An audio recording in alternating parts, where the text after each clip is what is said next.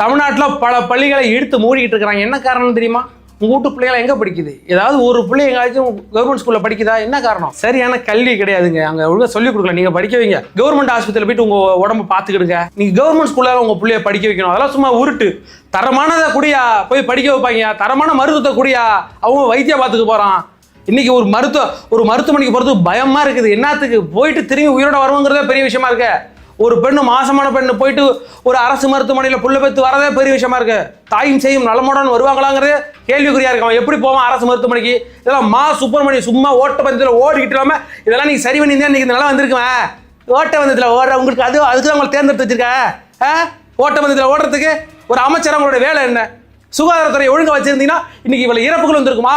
ஒவ்வொரு மாவட்டத்திலையும் ஒரு வருஷத்துக்கு 400-500க்கும் மேற்பட்ட குழந்தைகள் இந்த பூமியில பாதம் படத்துக்கு முன்னாடி செத்து மேல போதியா?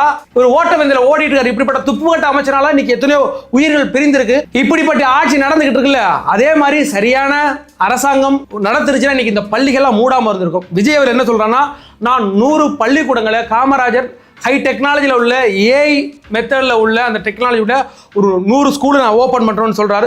20 லட்சம் வரைக்கும் உங்களுக்கு பிணை இல்லாத கடன் கொடுக்கப்படும். அந்த மாணவர்களுக்கு உயர்கல்விக்கு நீங்கள் போகிறீங்கன்னு வச்சிங்களேன். இப்போ நீங்கள் 12th முடிச்சிட்டீங்க, நான் என்ன பண்ணுறது, என்ன படிக்கிறதுன்னு தெரியல, எனக்கு இவ்வளோ செலவாகுமா? என் குடும்பம் ரொம்ப கஷ்டப்படுற குடும்பங்க, எங்கள் அப்பாவுக்கு சரியாக வேலை இல்லை, அம்மா ரொம்ப கஷ்டப்படுறாங்க, ஆனால் 12th நான் இவ்வளோ மார்க் எடுத்துருக்கேன், நான் என்ன பண்ணுறது நீங்கள் கேட்டிங்கன்னா உங்களுக்கு 20 லட்சம் ரூபா வரைக்கும் எந்த பிணையும் கிடையாது.